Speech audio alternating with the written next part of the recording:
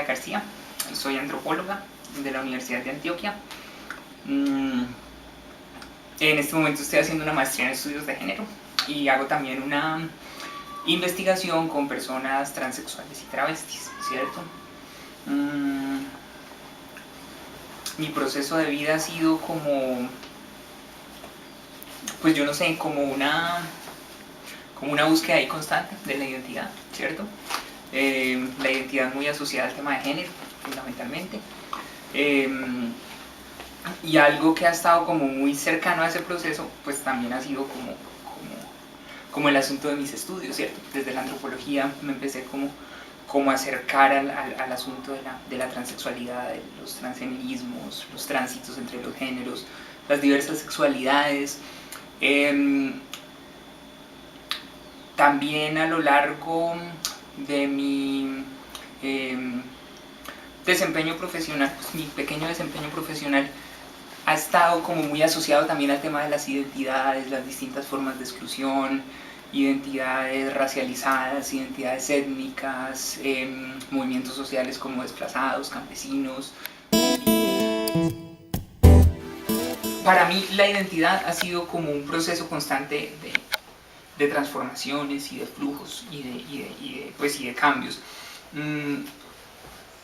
Hay algo como que uno muchas veces en ciencias humanas escucha, estudia, y es el tema de la identidad fluida, ¿no? De las construcciones históricas, contingentes, políticas de la identidad, que la identidad ya no se piensa como algo fijo, como algo estático. Y yo creo que yo he como que experimentado en mi vida esa fluctuación identitaria, ¿cierto? Esa posibilidad de entrar y salir de categorías, esa posibilidad como de reconfigurar el cuerpo y el posicionamiento de género.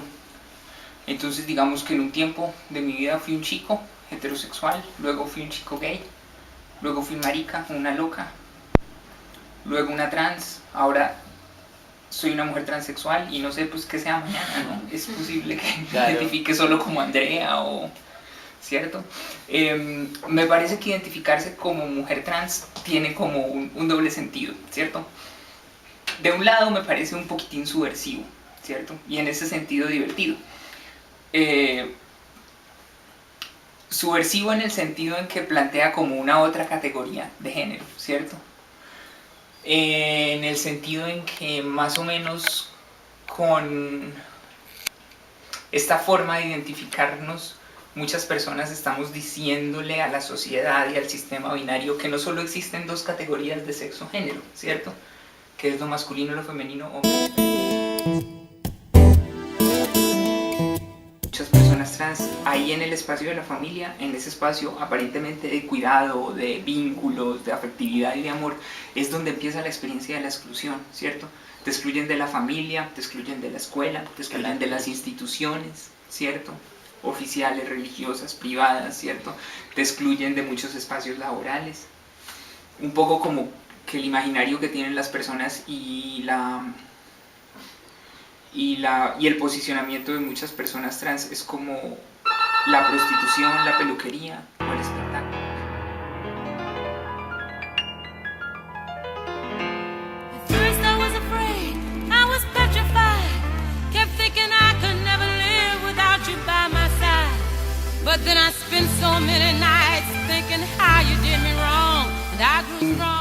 La categoría transgeneristas me parece una categoría fundamentalmente política, ¿cierto? Es una categoría que está muy asociada al tema como de la cohesión de un movimiento de las diversidades sexuales y de género llamado LGBT. Sin embargo, creo que es una categoría con la que de pronto no muchas personas se identifican, ¿cierto? Hay algunas personas como disidentes de esa categoría transgenerista. Se está hablando mucho en contextos académicos y políticos de simplemente el prefijo trans, de lo trans, sí, como una... Y yo he visto que también muchas personas que estamos dentro de esa categoría política transgenerista nos identificamos como trans, ya seamos travestis, transexuales, transformistas. Yo he escuchado a muchas personas hablar de sí mismos y en ocasiones yo me refiero a mí misma también como una persona trans. Transgenerista me parece que es un término más político, más institucionalizado un poco y que intenta abarcar pues como todas estas manifestaciones identitarias pues como de las que hablamos. Digamos que es también muy difícil definir todas estas como categorías identitarias, ¿cierto? Por ejemplo, más o menos hay definiciones oficiales, institucionales, definiciones como de instituciones de poder, ¿cierto? Pero que son cuestionadas también en la práctica, tanto política como cotidiana, en muchos sujetos, ¿cierto? Por ejemplo, la definición oficial de transexual es una persona, hombre o mujer, que no se siente a gusto con su cuerpo, ¿cierto? Y que desarrolla una serie de procesos endocrinológicos, psiquiátricos, también psicológicos y quirúrgicos para transformar su cuerpo y su sexo, ¿cierto? Supuestamente toda transexual quiere una cirugía de reasignación de sexo, pero vemos que en la práctica no pasa eso. Hay muchas personas transexuales, hombres o mujeres, que transforman su cuerpo, intervienen su cuerpo hormonalmente, quirúrgicamente, de muchas maneras, pero muchas no quieren una cirugía de reasignación sexual, ¿cierto?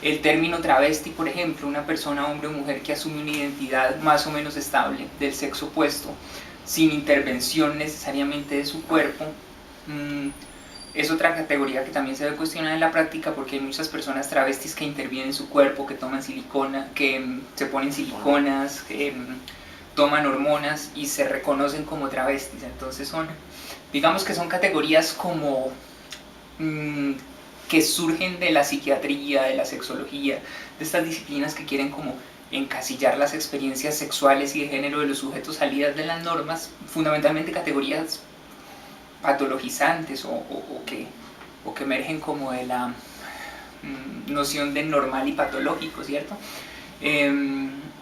Pero de pronto en la práctica se ven como cuestionadas también por las experiencias de las personas.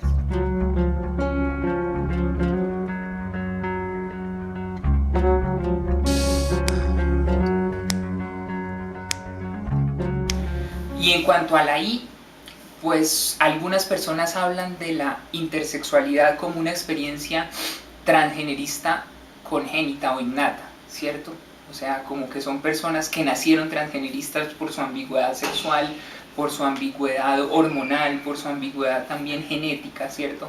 Las personas intersexuales, digamos que cuestionan desde la experiencia biológica y desde la experiencia del cuerpo el binarismo sexual establecido, ¿cierto? Sin embargo, gran parte del movimiento intersex se sale de la categoría de transgeneristas y quiere reivindicarse como una experiencia específica, ¿cierto? Tienen una serie como de características específicas, de relaciones con el cuerpo propio y con el binarismo sexual específicas, y sobre todo de relaciones con la institución médica muy particulares. Mi nombre es Mauricio Noguera, soy abogado del Centro Comunitario LGBT. Bueno, la definición de transgenerismo no es manejada ampliamente en el derecho, tan solo es utilizada como una categoría de definición en el caso de las travestis, que ha sido trabajada por la Corte Constitucional acá en Colombia, y en el tema de transexualidad es simplemente entender de hombre a mujer, punto final. Entonces es algo muy identitario, homogenizante también. Entonces en ese sentido no existe la categoría amplia de discusión que tenemos de tránsitos de identidad de género que hay frente al transexual, frente al transgénero. El privilegio de escoger. Sí, fundamental. Que es fundamental, Obvio. sí. Pese a que sí, nos oprimen terriblemente y somos absolutamente excluidas, el privilegio de escoger, ¿cierto? Pudimos ser hombres, mal que bien, ¿cierto? Bueno, para algunas de nosotras es imposible serlo, sí. Pero mal que bien tuvimos el privilegio de escoger, ¿cierto? Vivimos durante ciertos años también como asumiendo privilegios masculinos de pronto. Hay unas personas que llegan a los 40, a los 30 como hombres. Entonces me parece que ahí hay como de pronto unos privilegios, ¿cierto? El privilegio de poder cambiar el cuerpo, que es un privilegio que muchas mujeres no tienen, ¿cierto? Entonces me parece que son de pronto como unos pequeños privilegios. Bueno, materia de reconocimiento de derechos humanos existe un principio de reconocimiento general a todas las poblaciones y a todas las personas independientemente de su orientación sexual, identidad de género, raza, etc. Lo cierto es que en la práctica existe un reconocimiento limitado a los derechos de mujeres lesbianas y bisexuales, así como los derechos de mujeres transgeneristas. A las mujeres lesbianas y bisexuales se les reconoce los derechos relacionados con las uniones libres, los efectos patrimoniales que tienen estas uniones, acá en Colombia, y a las mujeres transgeneristas se ha reconocido máximo la transexualidad en relación al cambio, por ejemplo, de hombre a mujer, pero solo después de un procedimiento quirúrgico, con lo que no hay un reconocimiento pleno al transgenerismo. En el tema de los derechos también hay que ver no solo la experiencia trans, sino como muchos entrecruzamientos, ¿cierto? Yo, por ejemplo, como Andrea, he sentido que he tenido acceso a ciertos derechos que de pronto otras mujeres biológicas y otras mujeres trans, otras personas transexuales no han tenido acceso. Y yo creo que es muy importante como pensar, por ejemplo, en mi caso, la academia, ¿cierto? La reflexión teórica, más que el dinero porque no tengo dinero, pero sí como mi posición académica más que mi posición de clase me genera muchos capitales simbólicos, culturales, sociales, ¿cierto? Que me permiten exigir mis derechos, ¿cierto? Yo, por ejemplo, le exijo a mi EPS que me dé hormonas, que me dé consultas con psiquiatría, que me dé exámenes de seguimiento hormonal, puse una tutela, ¿cierto? Estoy llevando mi proceso por la EPS. Hay muchas personas que no tienen acceso a este derecho, ¿cierto?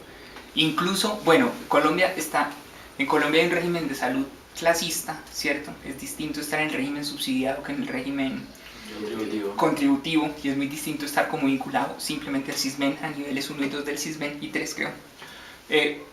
Entonces, también, esta es otra cosa como que tiene que ver con la vulneración del derecho a la salud específicamente. Me parece muy importante el tema del derecho a la salud en las mujeres trans y en las experiencias transexuales y travestis, porque nuestra experiencia está muy relacionada con la transformación del cuerpo, con tomar hormonas, con hacernos cirugías, con operarnos cosas, con ponernos, con quitarnos, con hacer cortes, pegues, con meternos inyecciones de estrógenos, de progesterona, de dinilestradiol, de una serie de sustancias que eso tiene mucho que ver con la medicina, ¿cierto? Me parece a mí que la experiencia de transformación del cuerpo, la experiencia de salud, es muy importante en nuestro caso. Entonces por eso hablo mucho de la salud. Entonces, por ejemplo, si tú estás en el régimen subsidiado, tienes muchos menos privilegios y más dificultades de acceso a los derechos que si estás en el régimen contributivo, ¿cierto? Si tienes como ciertas herramientas que te permitan exigir tus derechos, ¿cierto? Si puedes llegar a reivindicar una identidad trans, y hay muchas personas que se sienten avergonzadas, por ejemplo, ¿cierto? O que creen que por su condición trans no tienen acceso a derechos, incluso teniendo dinero, incluso teniendo pues como estando en el régimen contributivo, ¿cierto? Entonces yo creo que hay muchos factores que obstaculizan o posibilitan el acceso a esos derechos. Otro derecho muy importante que se ha vulnerado para muchas personas trans es el derecho al trabajo, ¿cierto? Es una cosa también muy muy tesa, y el derecho al trabajo tiene mucho que ver con el tema de la inserción en la ciudadanía, la documentación, ¿cierto? Por ejemplo, una amiga me contaba, una amiga es ingeniera de computadores, ¿cómo se llama? De sistemas. Ella me decía pues que la ingeniería de sistemas era un contexto como absolutamente masculino, y para ella es muy difícil. Ella ya se hizo la cirugía de cambio de sexo, o está en ese proceso, creo que ella tiene que hacerse como 2 cirugías de cambio de sexo, pero ella se llama Juliana Grajales, del sexo masculino, ¿cierto? Y eso a la hora de pedir trabajo, de pasar una hoja de vida, de pasar documentación oficial, implica también como una serie de dificultades, ¿cierto? Yo como Andrea me he sentido muy privilegiada por estar en ciertos espacios dentro del espacio académico, ¿cierto? Parece que las ciencias sociales y específicamente la antropología y los estudios de género creo que fui muy estratégica también en eso, ¿cierto? porque me parece que son ámbitos especialmente abiertos para identidades como la mía, que de pronto no encontraría ni en derecho, ni en medicina, incluso ni en sociología, ¿cierto? Ni en filosofía, ni en ninguna ingeniería. Entonces también eso es como... Pero en general me parece que el derecho al trabajo es otro derecho que se ve bastante vulnerado en las experiencias trans.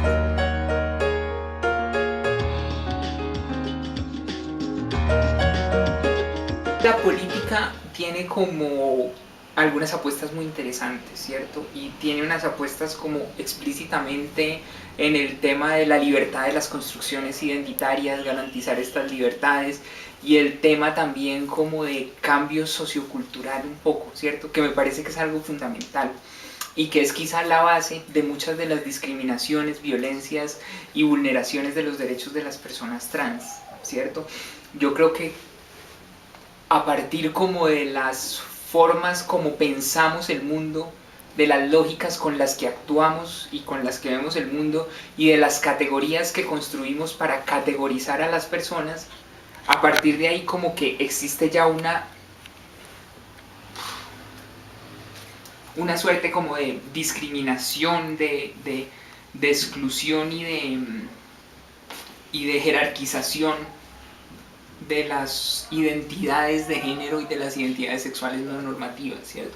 Entonces, creo que una política que se fije en ese asunto como de lo cultural, de lo simbólico, que tienda a la transformación de imaginarios, una cosa que es muy difícil, creo yo, pero que tienda a eso, creo que nos beneficia, ¿cierto? En ese sentido, más que hablar simplemente de restitución de derechos, de garantías institucionales, de posibilidades como de uso del espacio público, es como esa transformación cultural, yo creo que la que requiere una perspectiva como realmente incluyente de los derechos, ¿cierto?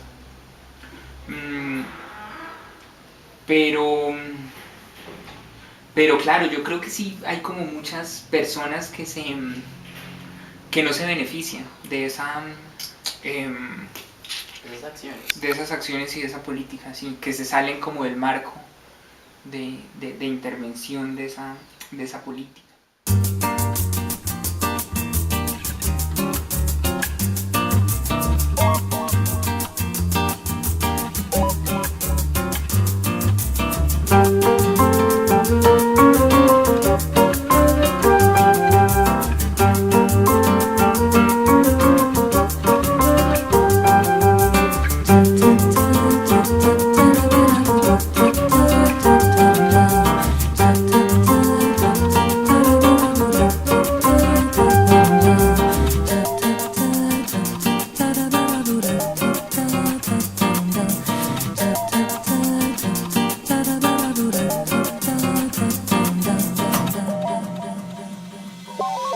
Nascer lá na Bahia de Mucama,